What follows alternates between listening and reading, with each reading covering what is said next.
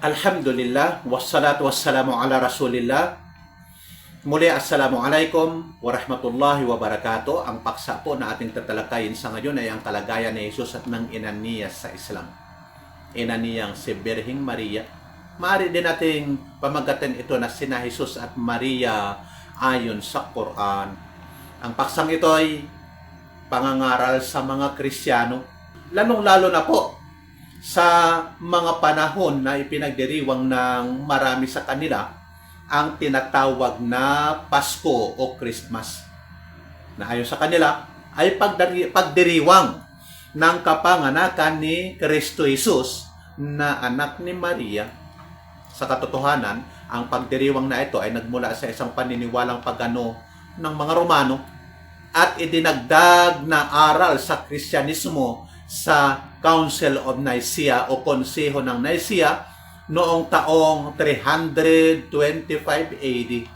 Matapos tanggapin ng emperador ng Roma na si Constantine I ang binago na aral ng Kristyanismo.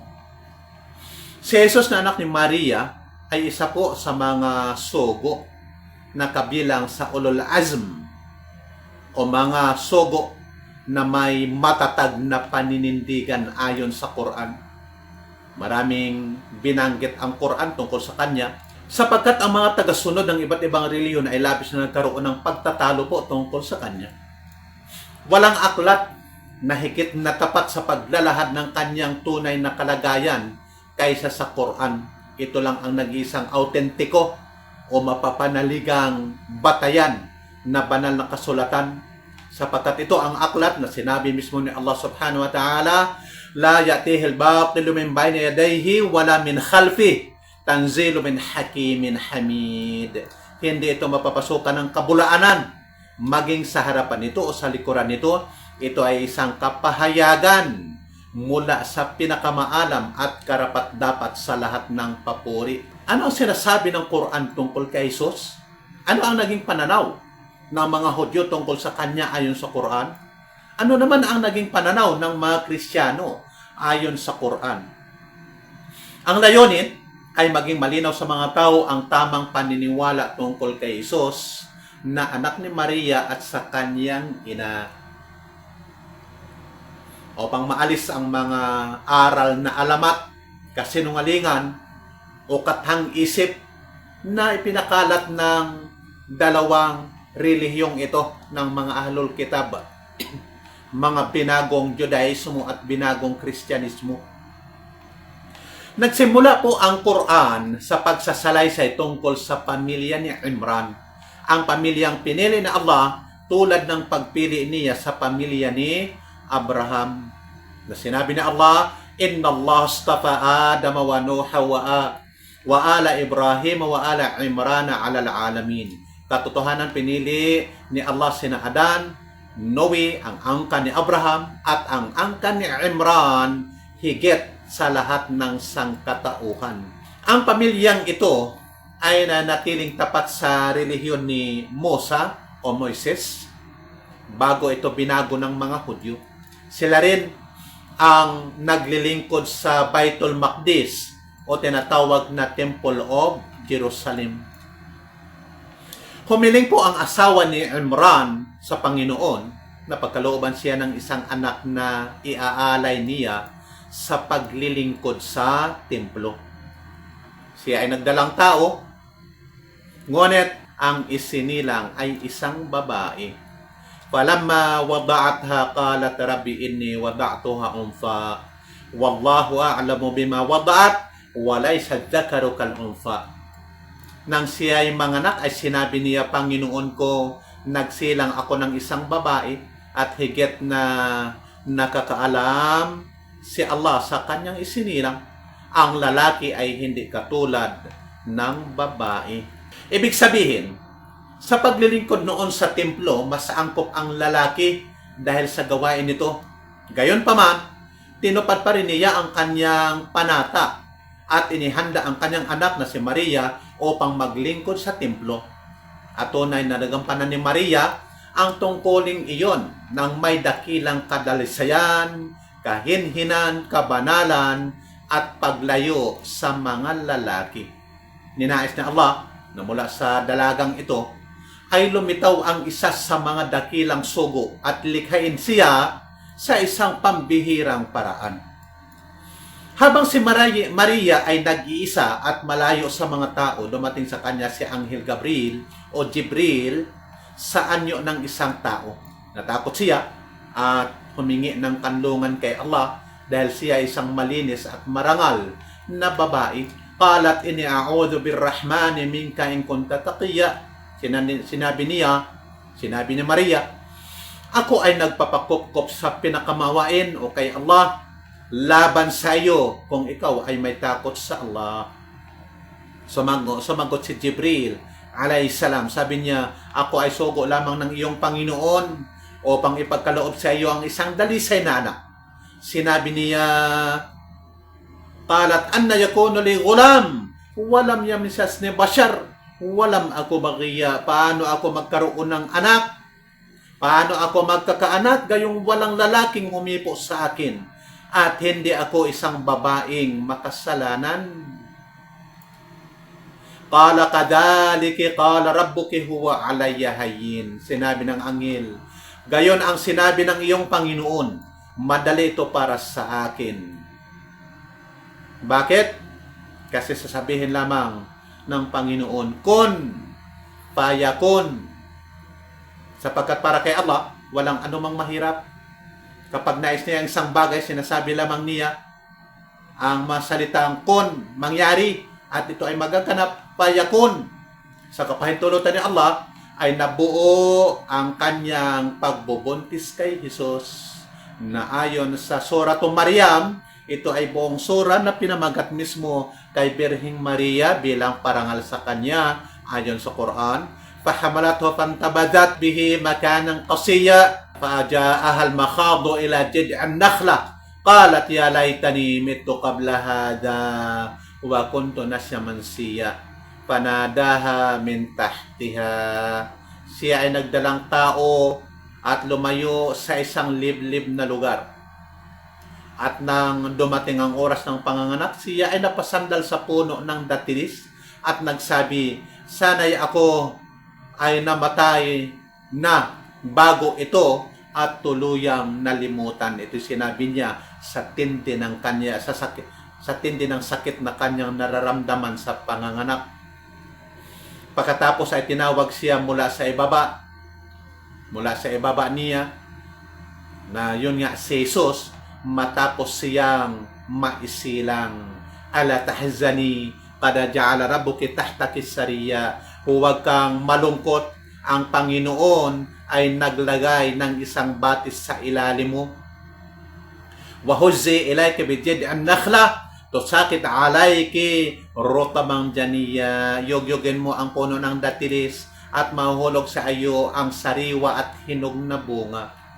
Fakuli washrabi wa qari ayna fa imma tarayanna minal bashri ahdan faquli inni nadartu lirrahmani sawma falan ukallima al-yawma insiya. Kaya kumain ka, uminom ka at mapanatag ang iyong puso. At kung may makita kang sinuman, sabihin mo, ako ay nanata sa pinakamawain o nanata sa Panginoon ng pag-aayuno. Kaya hindi ako makikipag-usap sa sinuman ngayon. Ito po ang kwento ng kapanganakan ni Jesus mula kay Maria ayon sa banal na Quran. Ito ay isang malinaw na salaysay na walang kalabuan. Naunawa ng sinumang bumabasa nito. Nagbabasa ng Quran na hindi na nangangailangan ng tafsir o pagpapaliwanag, na si Jesus ay isang tao lamang na nilikha ni Allah sa isang makahimalang paraan. Gaya na sinabi niya, inna mathala Isa indallahi kamathali Adam. Katotohanan, ang halimbawa ni Jesus sa paningin ni Allah ay tulad ng halimbawa ni Adan. Ito ay sa Surah Ali Imran pa rin sa number 59. Ibig sabihin, sa paraan ng kanyang paglikha, si Adan ay nilikha ng walang ama at ina, samantalang si Jesus ay nilikha mula sa isang ina na walang ama. Pareho lang namang mahimalang pagkakalikha. Kahit ang normal na pagkakalikha, ayon pa rin sa Quran, yan ay mahimala. Bakit? Kasi hindi kayang gayahin ng tao. Ngayon, ano naman ang naging saloobin ng mga Hudyo? Sila na kilala sa paninirang puri, kasinungalingan, panlilin lang.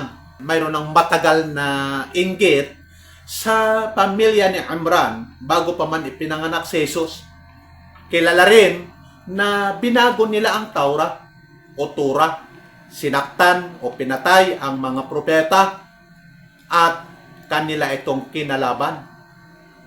Ano kaya ang kanilang naging reaksyon sa isang pangyayaring salungat sa karaniwang takbo ng kalikasan?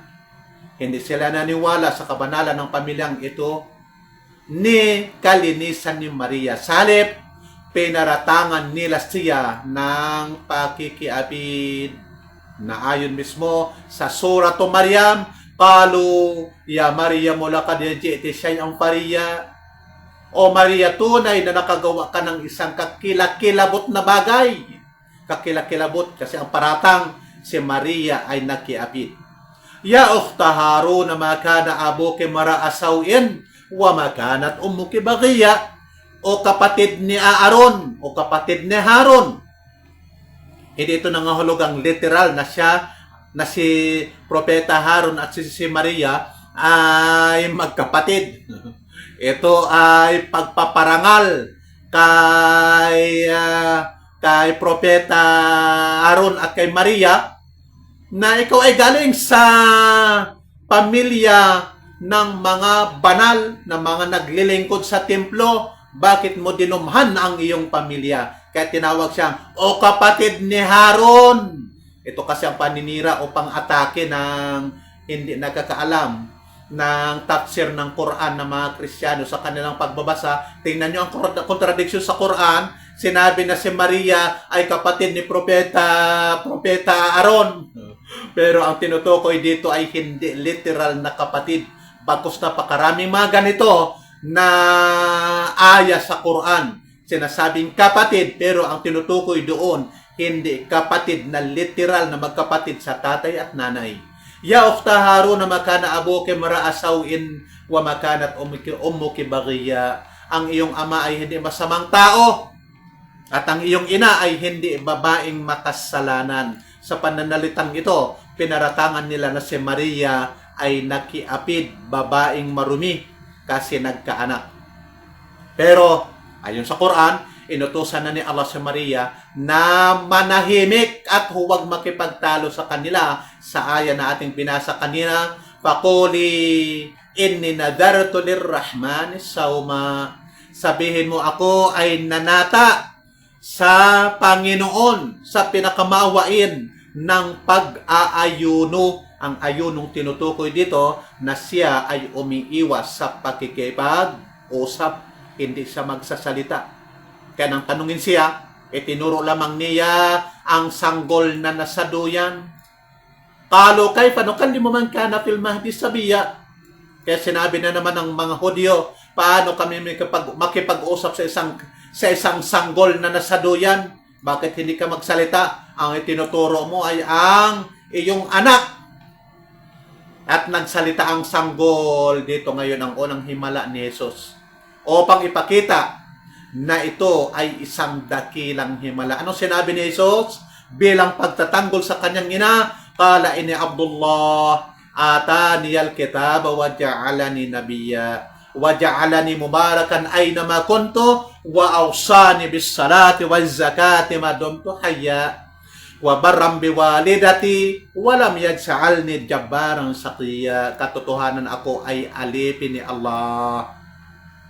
Binigyan niya ako ng kasulatan, ibig sabihin ipinahayag sa akin ng ebanghelyo, at ginawa niya akong propeta. Ginawa niya akong pinagpala saan man ako naroroon. Iniutos niya sa akin na magdasal at magbigay ng zaka habang ako'y nabubuhay. At ginawa niya akong mabuti sa aking ina, masunuring anak. At hindi niya ako ginawang mayabang at suwail.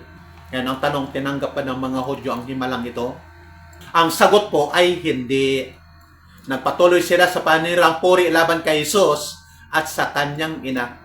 Hanggang ngayon, sa Talmud po ng mga Hudyo, ang Talmud na ito, tinuturing nila ito na tatsir o komentaryo ng kanilang Tanakh.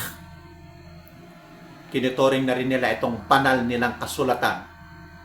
Tinatawag pa rin nila si Jesus bilang anak ng isang karpentero at anak ng babaeng mapangalunya, babaeng mapakiapid, masamang babae, maruming babae, na yun nga si Birheng Maria. Nagpatuloy si Jesus sa kanyang misyon o pangangaral at inyayahan ang mga Hudyo sa katotohanan. Ipiniriwanag niya na siya ay sinugo upang pagtibayin o patutuhanan ang batas ni Moises gaya ng kanyang sinabi, musaddiqan lima bayna yadayya minat Taura, bilang pagpapatunay sa Tura na naunas sa akin. Ito ay sa Suratul Saf, number 6 ang aya. Hindi niya tinanggi ang Tura, bagkos pinagtibay niya ang original nitong nilalaman bago ito na bago. At pinagaan lamang niya ang ilang mga batas na pabigat sa mga Hudyo. Ngunit, hindi pa rin sila naniwala sa kanya. Sa halip, hinikayat nila ang paganong hari ng Roma laban kay Jesus. Ang mga Romano noon ang namumuno sa relihiyon at sumasamba sa mga diyos-diyosan. Nagkaisa ang mga paganong Romano at mga Hudyo sa balak na patayin si Jesus. Naglabas sila ng hatol mula sa kanilang templo at inaprubahan ito ng haring Romano. Inutusan niya ang kanyang mga kawal na hanapin si Jesus upang siya ay patayin. Sinuhulan nila ang mga mahihina, yung mga mahihina ang pananampalataya upang ituro ang kanyang kinaroonan na magkanulo kay Jesus, magtaksil.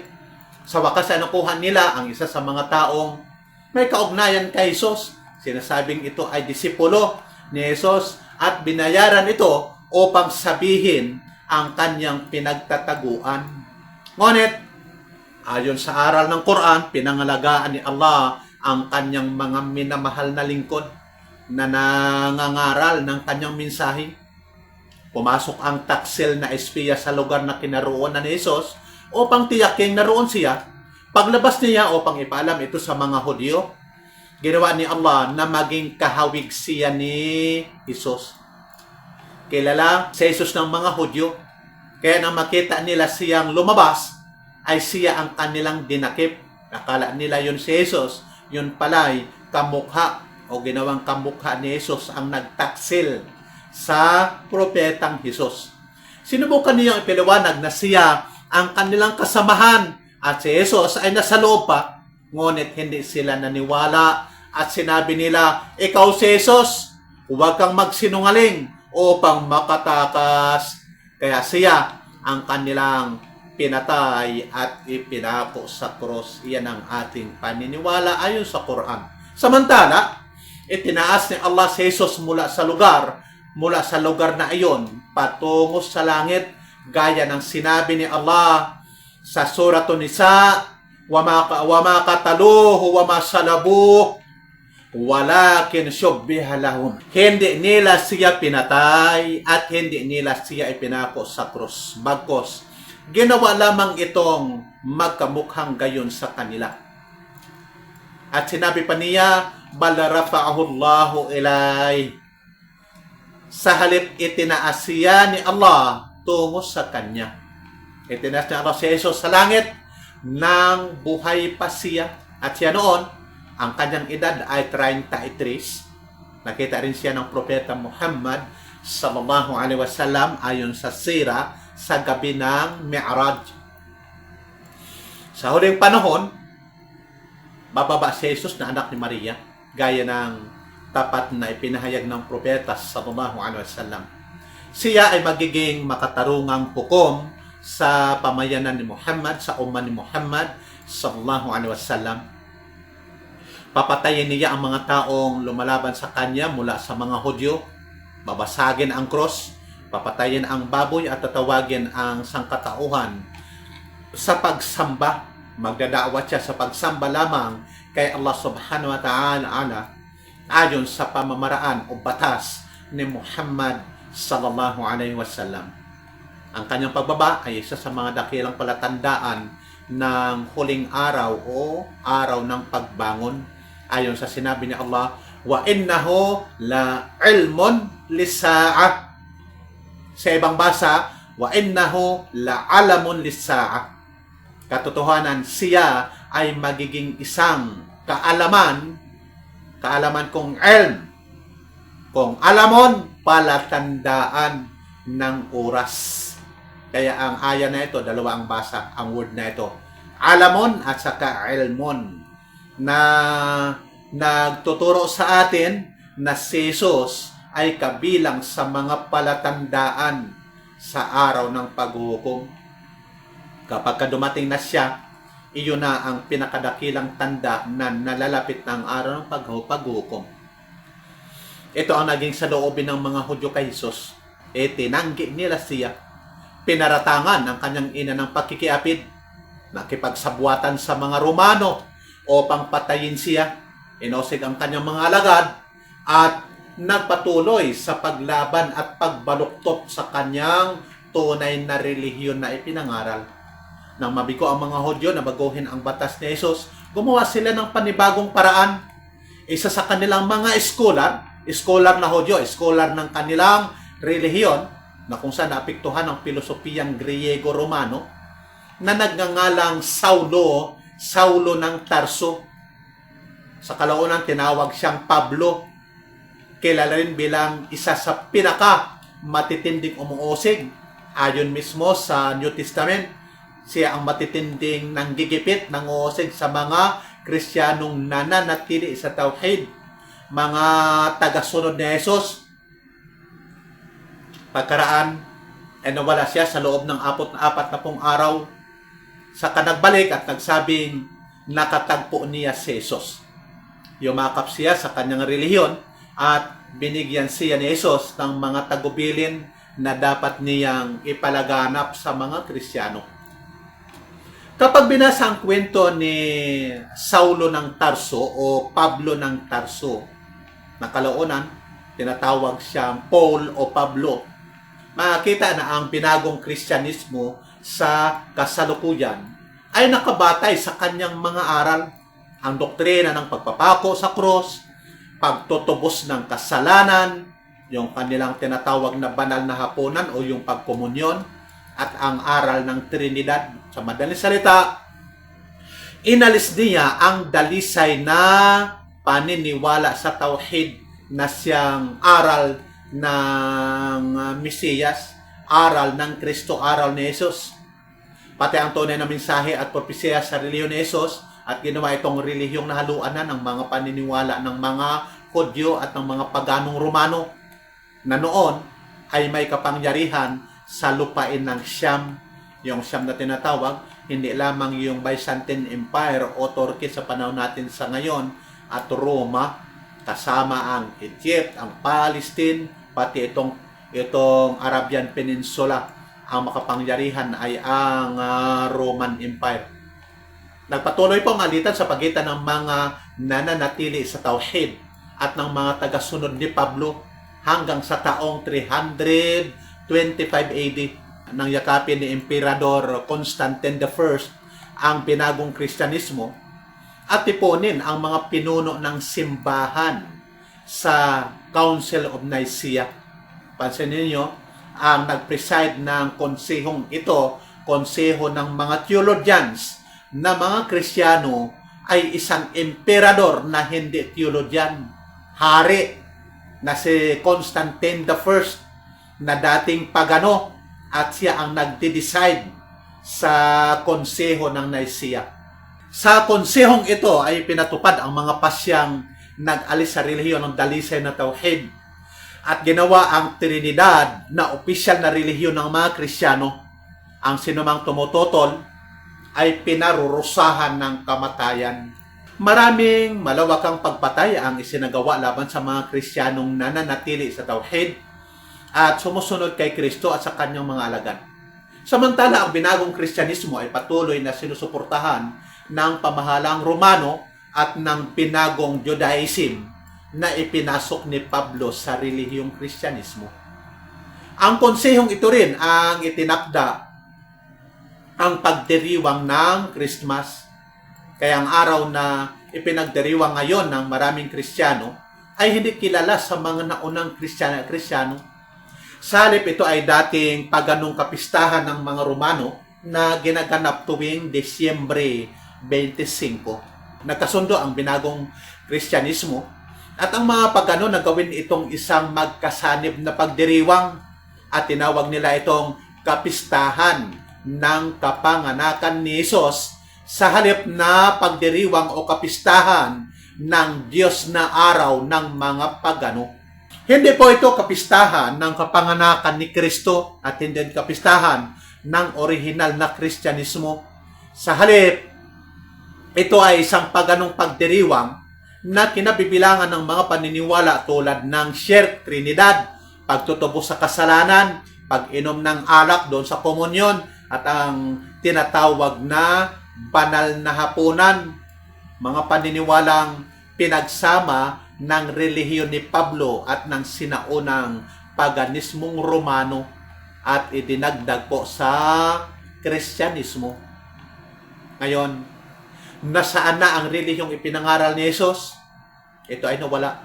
Nasaan ang Torah na ipinahayag kay Moises? Ito ay nabago. Nasaan ang Ebanghilyong ipinangaral na ipinahayag sa kanya? Ito rin ay nabago. Bagos, mayroon ng mahigit 70 Ebanghilyo, ayon mismo ito sa mga teologong Kristiyano, na malayo sa tunay na Ebanghilyong ipinangaral mismo ni Jesus. Dahil dito umabot ang pagbabago sa paniniwalang si Jesus ay anak ng Diyos o na si Jesus mismo ang Diyos o siya ay isa sa tatlo o tatlong persona ng Trinidad. Binigyang diin ng Quran ang usaping ito sa maraming talata upang ipakita sa mga tao, ayon sa pananaw ng Islam, na ang tunay na relihiyong ipinangaral ni Jesus ay napalitan at na ang relihiyong niuugnay sa kanya ay nabago, lalo na matapos ang taong 325 AD. Ang Propeta Muhammad sallallahu alaihi wasallam ay isinilang noong 572 AD. Kaya dumating ang kanyang mensahe matapos mabago ang relihiyon ni Jesus, ang Ebanghelyo at maging ang relihiyon ni Moises. Sinabi ni Allah, "Laqad kafara alladhina qalu inna Allah thalithu thalatha wa ma min ilahin illa ilahu wahid."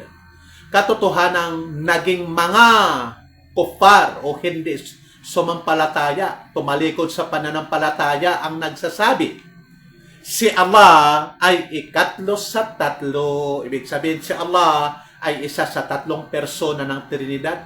Samantalang walang Diyos maliban sa nag-iisang Diyos. Sa mga salitang ito, itinanggi ni Allah subhanahu wa ta'ala sa Quran ang binagong doktrina ng Christianity na Trinidad sa pamagitan ng pagsasabing, "Wa ma min ilahin illa ilahu wahid." Walang Diyos maliban sa nag-iisang Diyos. Ito ay sa Suratul Maida, number 73. Sinabi pa niya, "Laqad kafara alladhina qalu inna Allaha huwal Masih ibn Maryam." Katotohanan naging kafir ang nagsasabi si Allah ay ang Mesiyas, si Jesus na anak ni Maria. Hayagang ipinahayag ni Allah na ang lahat ng may ganitong paniniwala ay nasa kawalan ng pananampalataya, kufur, o tumalikod sa tunay na pananampalataya, na sa aral ng Islam, ang kahulugan nito ay pananatili ng walang hanggan sa kaparusahan sa impyerno. May isa pang pangkat na nagsasabing ang Mesiyas ay anak ng Diyos. Dahil dito nahati ang mga Kristiyano sa tatlong pangunahing pangkat tungkol sa paniniwala kay Jesus. Bawat isa sa mga paniniwalang ito ay tinanggihan ni Allah sa Quran. May grupo na nagsasabing si Jesus ay anak ng Diyos. Anak naman ng Diyos. Mayroon na nagsasabing siya mismo ang Diyos. Pangatlo, mayroong sasabing si Jesus ay isa sa tatlong persona ng Trinidad. Ang Ama, Anak, yung ikalawang persona, at ang ikatatlo ay ang Espiritu Santo bilang iisang Diyos na siyang nabuong doktrina doon sa Council of Nicaea. Ipinaliwanag ng Quran ang mga paniniwalang ito. Ipinahayag ang kanilang kamalian at binalaan ang mga tao na huwag magpalinlang sa mga ito, huwag sumunod sa kanila at huwag tularan ang kanilang mga paniniwala, kaugalian at tradisyon. Nakapagtataka ang mga nagpapakilala bilang Kristiyano na tumanggap ng mga nabagong paniniwalang ito, ngunit hindi ginagamit ang kanilang pag-iisip. Paano nila pinagsasama ang magkasalungatan na paniniwala? Hindi ba sinasabi nilang si Jesus ay anak ng Diyos? Kasabay nito, sinasabi rin nilang si Jesus ay ang Diyos. At pagkatapos, sinasabi pa nilang si Jesus ay ikatatlo sa tatlo. Kung gayon, paano siya naipako sa cross at napatay kung siya mismo ang Diyos? At paano naging banal ang sagisag ng cross? Ito kasi ang pinakasagisag ng mga Kristiyano, cross. Paano ito naging banal? Samantalang ayon sa kanilang paniniwala mismo, iyon ang kasangkapang pinagpakuan sa kinikilala nilang Diyos. Kung ganoon ang kanilang paniniwala, hindi ba't narapat lamang na ito ay wasakin at hamakin sa halip na dakilain? Bagkus ito ay naging sagisag nila na itinataas sa kanilang mga simbahan, bahay at iba't ibang lugar. Itinataas. Bakit? Kasi kanila itong pinarangalan, dinadakila. Kapag nagtatanong tayo sa mga ganitong mga katanungan na hindi naman talaga maipapaliwanag kasi mga pahayag na magkakasalungatan, sasabihin nila sa palatayanan lang sapagkat ang Trinidad ay misteryo, hiwaga, misteryo o hiwaga ng Diyos. Hindi ito naunawaan ng pag-iisip ng tao. Dahil dito hinikayat nilang huwag pag-isipan o sisain ng kanilang mga tagasunod ang bagay na ito o ang alinmang mga aral na kanilang tinatangkilik. At marami pong mga reyon tulad ng Kristyanismo na nagbabawal sa kanilang mga tagasunod na siyasatin ang kanilang mga paniniwala. Paano naging banal na sagisag ang cross kung iyon umano ang pinagpakuan sa anak ng Diyos? Paano magiging anak ng Diyos at mapapatay? Paano maging Diyos at mapapatay ng kanyang mga nilikha? Ang mga ito ay magkakasalungat na paniniwala. Ginagamit din nila ang salaysay tungkol sa kasalanan ni Adan na ipinagdiriwang nila taon-taon sa tinatawag na Pasko. Sinasabi nila na nalinlang si Adan ni Satanas at kumain sa ipinagbabawal na puno, kaya siya ay pinalabas sa paraiso. Ang kasalanan iyon, ayon sa kanilang paniniwala, ay nananatili sa kanya at sa kanyang mga inapo sa bawat salinlahi hanggang sa dumating si Jesus. Ano naman ang kaugnayan ni Jesus sa kasalanan ni Adan? Ayon sa kanyang paniwala, nang makita ng Panginoon na pasan ng sangkatauhan ang kasalanang ito sa bawat salinlahi, kasi kanila itong pinamana sa kanilang tatay na si Adan. Dahil dito isinugo ng Diyos ang kanyang bugtong na anak na ayon sa kanila ay si Jesus. Ayon pa sa kanilang paniniwala, nagtaglay si Jesus ng kalikasang tunay na Diyos at tunay na tao. Ito ay pandilin lang ni Satanas sa mga sumusunod sa kanya at kung paano niya pinaniniwala ang mga tao sa mga maling paniniwala at katang isip. Kaya taon-taon ay nagtitipon ang mga Kristiyano upang ipagdiwang ang kapanganakan ng anak ng Diyos at dinadakila ang cross na pinaniniwalaan nila na naging daan ng kanilang kaligtasan. Kasama rin dito ang iba pang mga paniniwala na shirk at mga kabulaanan na paniniwala. Hinatulan na ni Allah ang mga paniniwalang ito bilang kufur o pagtalikod sa pananampalataya at bulaan. Ito po sa pamagitan ng malinaw na mga talata ng Quran na hindi na nga nangangailangan ng tafsir na pakalinaw. Ang mga talatang ito ay patuloy po na binibigkas upang hindi malinlang ang mga tao ng sinumang manlilinlang. Natutunan natin mula sa naunang talakayan ang naging saloobin po ng mga Hudyo kay Jesus at sa kanyang ina. At ang naging saloobin naman ng mga Kristiyano sa kanilang dalawa. Ang dalawang panig na ito ay magkasalungat. Na kung saan ang mga Hudyo nagsalita ng napakalaking paninirang puri laban kay Maria at Jesus. Samantala ang mga Kristiyano ay nagpapakalabis sa pagdakila at pagmamahal kay Jesus hanggang sa itinaas nila si Jesus mula sa katayuan ng isang tao tungo sa katayuan ng pagiging Diyos at Panginoon. Dalawang extremes ng Islam po ay nasa pagitan. Ipinaliwanag sa atin ng Quran ang dalawang magkasalungat na paniniwalang ito. Kasabay nito, inilahad nito ang katotohanan tungkol kay Jesus at sa kanyang ina sa isang malinaw at wastong paraan. Ipinaliwanag nito na si Maria ay isang matapat, deboto, tapat, at malinis na babae. Ipinaliwanag din ng Quran na ang kanyang pagdadalang tao kay Jesus ay naganap sa pamagitan ng utos ni Allah at na ang pagsilang ni Jesus ng walang ama ay isang himala. Binigyan din siya ni Allah ng maraming himala upang mga anak ni Israel ay sumampalataya sa kanya. Ngunit karamihan sa kanila ay lumihis sa tamang landas, tumangging maniwala sa kanya bilang alipin at sugo ni Allah at hindi naniwala na itinaas siya ni Allah sa kanya at iniligtas mula sa pagtatangkang patayin siya ng mga Hudyo at ng mga paganong Romano. Ang ilan sa kanyang mga tagasunod na tinatawag na mga hawariyon o mga alagad ay nagpatuloy sa pag-aanyaya sa mga tao tungo sa tauhid na siyang aral ng lahat ng mga propeta. Siya ring aral o pinangaral ni Jesus sa kanyang ebanghelyo. Ngunit sila ay inusig at pinahirapan ng mga Hudyo at kalaunan ay pinatay o pinalayas ng mga paganong Romano matapos nilang tanggapin ang Kristyanismong binago. Nagkaisa ang mga Hudyo at mga Kristiyanong tumanggap sa mga pagbabagong ito sa pagsuporta sa nabagong Kristyanismo ni Pablo. Matapos na dati nilang tutulan ang relihiyong ipinangaral ni Jesus. Ito ay dahil ang mga pagbabagong iyon ay umaayon po sa kanilang paniniwala. Gayunman, nagpatuloy ang hidwaan ng Judaismo at Kristyanismo sa loob ng maraming siglo.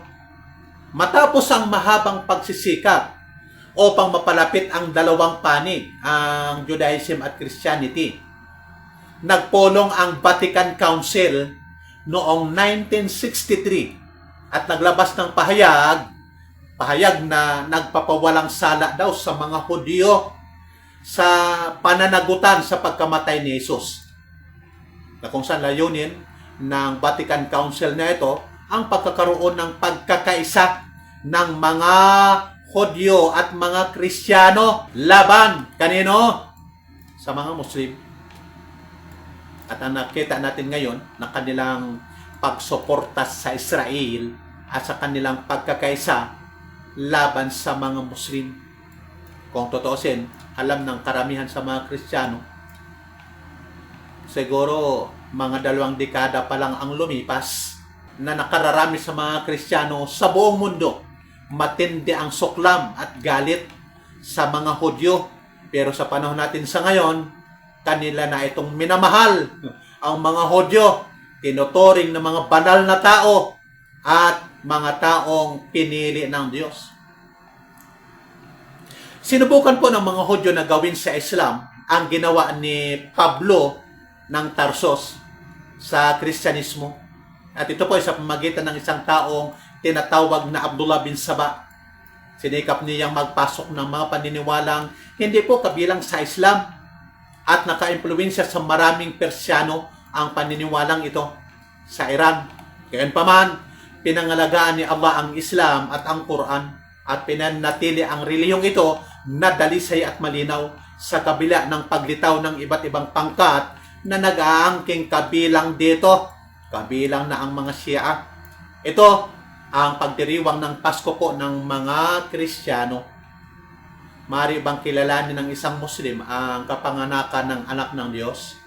Samantalang araw-araw niyang binibigkas kahit ng mga bata memoryado ang Suratul Ikhlas. Maaari bang batiin ng isang Muslim ang isang taong ipinagdiriwang ayon sa kanyang sariling paniniwala ang araw daw ng pagpapako sa krus at pagkamatay ng kanyang Panginoon? Babatiin pa kaya ng isang Muslim ang ganitong ori ng mga tao na nagditiwang sa pagkamatay ng Diyos sa krus? Natural, ang sagot ay hindi. Ikaw ay isang Muslim na naniniwala sa Tauhid. Dapat kang manatiling matatag sa iyong relihiyon, sa iyong paniniwala, sa iyong mga prinsipyo, at sa landas na iyong ikinabubuhay at ikinamamatay. Huwag kang malinlang sa dami ng mga taong naliligaw. Sa halip, magsikap ka mapabilang sa kakaunting maliligtas sa pamamagitan ng pananatili sa Tauhid. Kaya narapat tayong magkaroon ng sapat na kaalaman sa mga pinaniniwalaan natin sa tinatawag na aqida. Lalong-lalo na yung Tauhid na ang kasalungat nito ay ang shirk, upang hindi tayo mahulog sa pinakamabigat na kasalanan na siyang mensahe na ipinangaral ni Jesus at ng lahat ng mga propeta. Subhanakallahumma wa bihamdik, nasyhadu an la ilaha illa ant, nastaghfiruka wa natubu ilaik. Wassalamu alaikum warahmatullahi wabarakatuh.